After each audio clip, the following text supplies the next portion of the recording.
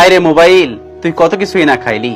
Radio খাইলি, TV খাইলি, পত্রিকা খাইলি, টর্চ লাইট খাইলি, ক্যালকুলেটর খাইলি, ক্যামেরা খাইলি, ভিসিআর সিডি খাইলি, সিনেমা হল তাও খাইলি, কম্পিউটার ল্যাপটপ খাইলি, আয়না খাইলি, হাত ঘড়ি খাইলি, সবশেষে অ্যালার্ম ঘড়িও খাইলি, রাতের ঘুমটারও খাইলি, অল্প বয়সে চোখটাও খাইলি, আর লেখাপড়া তো খাইলি, মূল্যবান সময়টাও খাইলি, কিডনিও খাইলি। অনেকেই নাকি শুনেছি কিডনি বেচে আইফোন কিনেছে। বহু সংসারও খাইছিস।